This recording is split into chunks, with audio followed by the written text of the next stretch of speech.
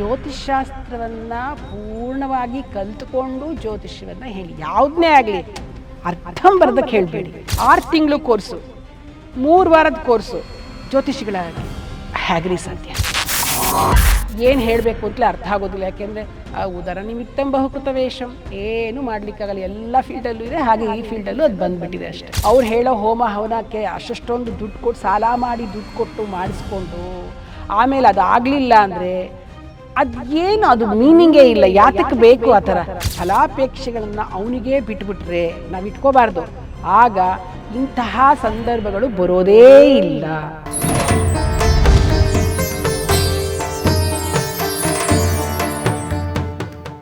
Madam, ಈಗ ಜ್ಯೋತಿಷ್ಯ ಅನ್ನೋದನ್ನು ಕಲ್ತಿರೋರು ಅದನ್ನು ಬಹುಪಾಲು ದುರ್ಬಳಕೆ ಮಾಡ್ಕೊತಾ ಇದ್ದಾರೆ ಅಂತ ಈಗ ಎಲ್ಲರಿಗೂ ಅದೊಂದು ತಿಳಿದಿರುವಂಥ ವಿಷಯ ಅಂತ ನನಗನ್ಸತ್ತೆ. ಹಾಗಿದ್ದಾಗ ಇದು ದುರ್ಬಳಕೆ ಆಗೋದು ಕಡಿಮೆ ಆಗಬೇಕು, ಇದು ಸರಿ ಹೋಗಬೇಕು ಅಂದರೆ ಏನು ಮಾಡಬೇಕು? ಜ್ಯೋತಿಷ್ಯ ಅಂತಕ್ಕಂಥದ್ದನ್ನು ದುರ್ಬಳಕೆ ಆಗ್ತಾ ಇದೆ. ಜ್ಯೋತಿಷ್ಯ ದುರ್ಬಳಕೆ ಆಗ್ತಾ ಇದೆ. ನೋಡಿ, ಇನ್ನೊಂದು ಸಲ ಹೇಳ್ತೀನಿ ನಾನು, ಯಾಕೆಂದರೆ ನಾನು ಇಲ್ಲಿ ನೋಡ್ತಾ ಇರ್ತೀನಲ್ಲ, ಅದರಿಂದ ಹೇಳಿದೆ. ಜ್ಯೋತಿಷ ಅಂತ ಹೇಳ್ತಾರೆ, ಜ್ಯೋತಿಷ್ಯ ಅಂತ ಹೇಳ್ತಾರೆ. ಈ ಎರಡು ಮಾತಿನಲ್ಲಿ ಒಂದು ವ್ಯತ್ಯಾಸ ಹೇಳಿ ನೆಕ್ಸ್ಟ್ ನಾನು ಹೇಳ್ತೀನಿ. ಜ್ಯೋತಿಷ ಕರೆಕ್ಟಾಗಿರೋ ವರ್ಡು, ಮಾತಿನಲ್ಲಿ ಅದನ್ನು ಜ್ಯೋತಿಷ್ಯ ಅಂತ ಹೇಳ್ತಾರೆ. ಯಾಕೆಂದರೆ ಎರಡೆರಡು ಯಾವತ್ತೂ ಬರಬಾರ್ದು. ಜ್ಯೋತಿಷ ಸರಿಯಾದ್ದು, ಇವರಿಗೇನು ಗೊತ್ತೇ ಇಲ್ಲ ಅಂತ ಹೇಳ್ತಾರೆ. ಅದನ್ನು ನಾನು ನೋಡಿದ್ದೀನಿ, ಅದಕ್ಕೋಸ್ಕರ ಈ ಮಾತನ್ನು ನಾನು ಹೇಳ್ತಾ ಇದ್ದೀನಿ. ಜ್ಯೋತಿಷ. ಇನ್ನೊಂದು, ಜ್ಯೋತಿಷ್ಶಾಸ್ತ್ರವನ್ನು ಪೂರ್ಣವಾಗಿ ಕಲಿತುಕೊಂಡು ಜ್ಯೋತಿಷ್ಯವನ್ನು ಹೇಳಿ, ಯಾವುದನ್ನೇ ಆಗಲಿ ಅರ್ಧಂಬರ್ಧಕ್ಕೆ ಹೇಳಬೇಡಿ. ಯಾಕೆ ಗೊತ್ತಾ?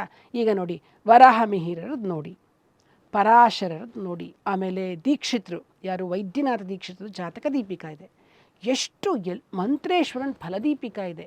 ಆ ಒಂದೊಂದೂ ನೀವು ನೋಡ್ತಾ ಇದ್ದಾಗ ಎಷ್ಟು ವಾಸ್ಟ್ ಸಬ್ಜೆಕ್ಟ್ ಅಂದರೆ, ಈ ಜನ್ಮದಲ್ಲೇ ನಾವು ಕಲಿತೀವೋ ಇಲ್ವೋ ಅನ್ನೋಷ್ಟು ದೊಡ್ಡದಾಗಿದೆ ನಮಗೆ ಜ್ಯೋತಿಷ್ಯ ಜ್ಞಾನ, ಅಷ್ಟು ದೊಡ್ಡದು.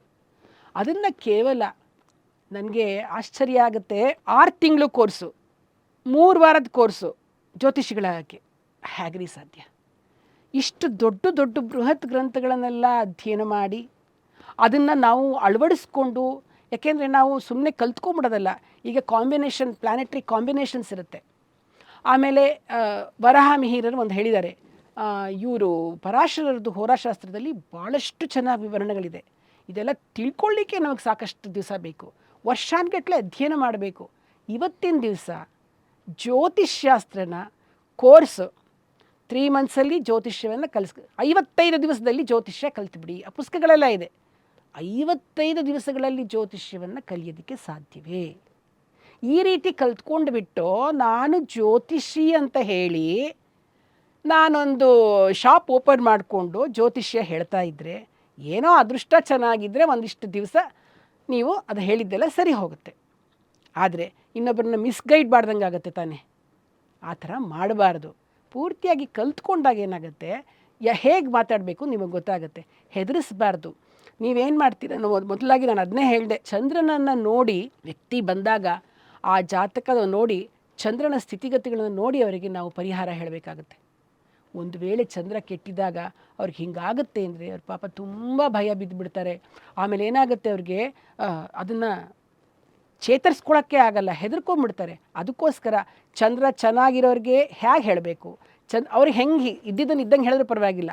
ಚಂದ್ರ ಚೆನ್ನಾಗಿಲ್ಲದೆ ಇದ್ದವ್ರಿಗೆ ನಾವು ಅದನ್ನು ಹೇಗೆ ಹೇಳಬೇಕು ಅಂದರೆ, ಅವ್ರಿಗೆ ಹರ್ಟ್ ಆಗದಿದ್ದಂಗೆ, ಅವರಿಗೆ ಯಾವುದೇ ರೀತಿಯ ಗೊಂದಲಗಳು ಬರದೇ ಇದ್ದಂಗೆ ನಾವು ಮಾತಾಡಬೇಕು. ಇದೆಲ್ಲ ಕಲ್ತ್ಕೊಂಡು ಒಬ್ಬ ಜ್ಯೋತಿಷಿಯಾಗಿರ್ತಕ್ಕಂಥವನು ನಿಯತ್ತಿನಲ್ಲಿ ಹೇಳೋದು ಜ್ಯೋತಿಷ್ಯಕ್ಕೆ ಅರ್ಥ ಇದೆಯಪ್ಪ. ಈಗ ಅದನ್ನು ನಾನು ಈ ಒಂದು ಪ್ರಸ್ತುತ ಏನು ಯುಗದಲ್ಲಿ ನಡೀತಾ ಇರತಕ್ಕಂಥ ಜ್ಯೋತಿಷಿಗಳನ್ನು ನೋಡಿದಾಗ ಏನು ಹೇಳಬೇಕು ಅಂತಲೇ ಅರ್ಥ ಆಗೋದಿಲ್ಲ. ಯಾಕೆಂದರೆ ಉದರ ನಿಮಿತ್ತಂ ಬಹುಕೃತ ವೇಷಂ, ಏನು ಮಾಡಲಿಕ್ಕಾಗಲ್ಲ. ಎಲ್ಲ ಫೀಲ್ಡಲ್ಲೂ ಇದೆ, ಹಾಗೆ ಈ ಫೀಲ್ಡಲ್ಲೂ ಅದು ಬಂದುಬಿಟ್ಟಿದೆ ಅಷ್ಟೇ. ಸಾಮಾನ್ಯವಾಗಿ ಎಲ್ರಿಗೂ ಸಮಸ್ಯೆಗಳು ಇದ್ದೇ ಇರ್ತವೆ. ಪ್ರತಿಯೊಬ್ಬರಿಗೂ ಒಂದೊಂದು ವಿವಿಧ ರೀತಿಯ ಸಮಸ್ಯೆಗಳು ಇರುತ್ತೆ. ಈಗ ಯಾರೋ ಒಬ್ಬನಿಗೆ ಸಮಸ್ಯೆ ಇದೆ ಅಂದ್ಕೊಂಡು ಅವನು ಏನೋ ನೋಡ್ಕೊಂಡು ರಸ್ತೆಯಲ್ಲಿ ನಡ್ಕೊಳ್ತಾ ಹೋಗ್ತಿರ್ತಾನೆ. ಸೊ ಅಲ್ಲೇನೋ ಒಂದು ಜ್ಯೋತಿಷ್ಯ ಕೇಂದ್ರ ಕಾಣಿಸುತ್ತೆ. ಅವನು ಅಲ್ಲಿ ಬರೆದಿರೋಂಥ ಕೆಲವೊಂದು ಸಾಲುಗಳನ್ನು ಓದ್ತಾನೆ.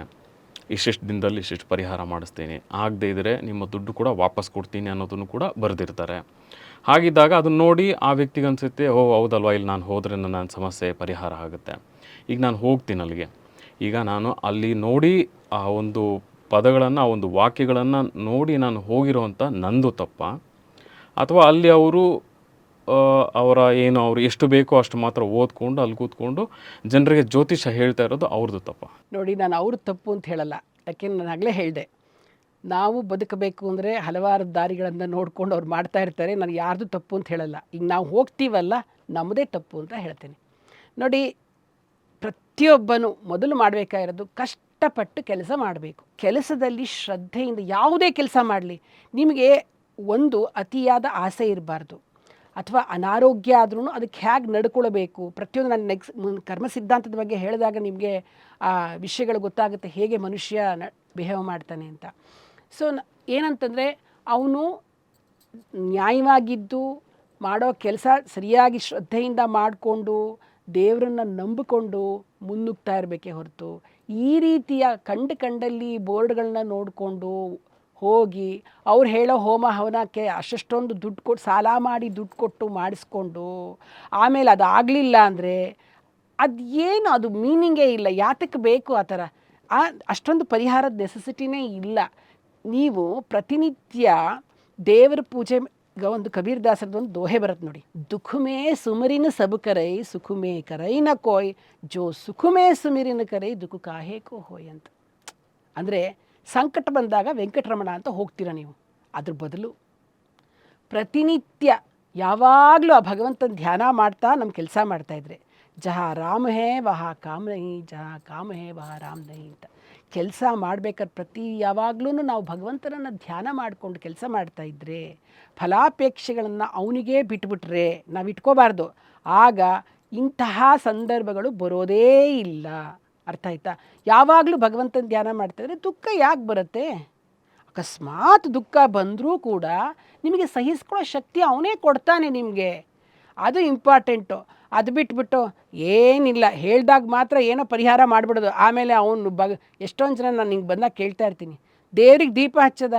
ಇಲ್ಲ, ನಾವು ಹಬ್ಬದ ದಿವಸ ಅಥವಾ ಶನಿವಾರ ಹತ್ರ ಯಾವುದೋ ಒಂದು ಇಟ್ಕೊಂಡ್ಬಿಟ್ಟಿರ್ತಾರೆ, ಆಗ ಮಾತ್ರ ದೇವ್ರ ಮನೆಗೆ, ಅಲ್ಲಿ ತನಕ ಆ ದೇವ್ರ ಕಥೆನೇ ಏನು ಮತ್ತೆ ನೀವು ಮಾಡೋದು? ಅದಕ್ಕೆ ನೀವು ಈ ಥರ ಕಂಡಲ್ಲಿ ಹೋಗ್ತೀರಾ, ಪರಿಹಾರ ಮಾಡ್ಕೊಂಬರ್ತೀರಾ, ಅದಾಗಲಿಲ್ಲ ಅಂದರೆ ಸುಮ್ಮನೆ ಗೋಳಾಡ್ತೀರ. ನಾನು ಹೇಳ್ತಾ ಇರೋದು, ದಿನಾನು ಭಗವಂತನ ಧ್ಯಾನ ಮಾಡಿ ಕೆಲಸ ಮಾಡಿ, ಶ್ರದ್ಧಾ ಭಕ್ತಿಯಿಂದ ಕೆಲಸ ಮಾಡಿ ಭಗವಂತನ ಧ್ಯಾನ ಮಾಡ್ತಾಯಿರಿ. ಯಾಕೆ ಕಷ್ಟ ಬರುತ್ತೆ ನಿಮಗೆ? ತಾನಾಗೆ ಕಷ್ಟ ಕರಗುತ್ತೆ. ಆಗಾಮಿ ಕರ್ಮ, ಸಂಚಿತ ಕರ್ಮ, ಪ್ರಾರಬ್ಧ ಕರ್ಮ, ಏನೇನು ಅಂತ ಕರ್ಮ ಸಿದ್ಧಾಂತಗಳಲ್ಲಿ ಬರ್ತಕ್ಕಂಥದ್ದು. ಆಗ ನಿಮಗೆ ಅದು ಈ ಥರ ಮಾಡೋ ಪೂಜೆಯಿಂದ ನಿಮಗೆ ಮುಂದೆ ಬರ್ತಕ್ಕಂತಹ ಕಷ್ಟಗಳು ಕೂಡ ಎದುರಿಸ್ತಕ್ಕಂಥ ಶಕ್ತಿ ಸಿಗುತ್ತೆ ನಿಮಗೆ. ಆ ಕಷ್ಟದ ಪ್ರಮಾಣವೂ ಕೂಡ ಕಡಿಮೆ ಆಗುತ್ತೆ. ಆಗ ಈ ಥರ ಯಾಕೆ ನೀವು ಎಲ್ಲ ಕಡೆಗೂ ಹೋಗೋದು? ಯಾಕೆ? ನಿಮ್ಮ ಮನಸ್ಸು ವೀಕು, ನಿಮ್ಮ ಕೈನಲ್ಲಿ ಹರಿಯಲ್ಲ. ಅದಕ್ಕೆ ನೀವು ಈ ರೀತಿ ಕಂಡಲ್ಲಿ ಹೋಗಿ ನುಗ್ಗಿ ಮಾಡಿ. ನಾನು ಹೇಳ್ತೀನಿ, ನನ್ನ ಹತ್ರ ಬರೋರಿಗೆ ಹೇಳ್ತೀನಿ, ಯಾಕ್ರಿ ಬರ್ತೀರಾ? ಇಷ್ಟು ಮಾಡಿ ಸಾಕು, ಯಾಕೆ ಪದೇ ಪದೇ ಬರ್ತೀರಾ? ಒಂದು ಸತಿ ಕೇಳಿಸ್ಕೊಂಡು ಹೋದ್ಮೇಲೆ ನೆಕ್ಸ್ಟ್ ಬರಬೇಡಿ ಅಂತೀನಿ ನಾನು.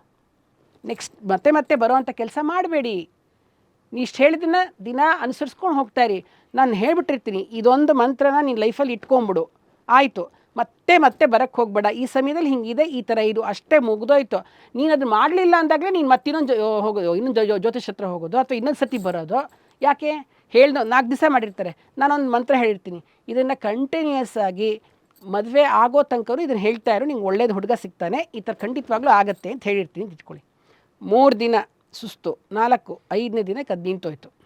ಆಮೇಲೆ 8 ಸಲ ಮಾಡಿದೆ, 5 ಸಲ. ನಾವು 28 ಸಲ ಬರ್ಕೊಟ್ಟಿರ್ತೀವಿ. 28 ಸತಿ ಸುಸ್ತು ಆಗೋದಿಲ್ಲ. ಯಾವುದೂ ಹೇಳಿದ್ದನ್ನು ಮಾಡೋದಿಲ್ಲ. 2-3 ದಿವಸಕ್ಕೆ ಮಾಡಿಬಿಟ್ಟು ಆಗಲಿಲ್ಲ ಅಂದರೆ ಹೇಗಾಗುತ್ತೆ?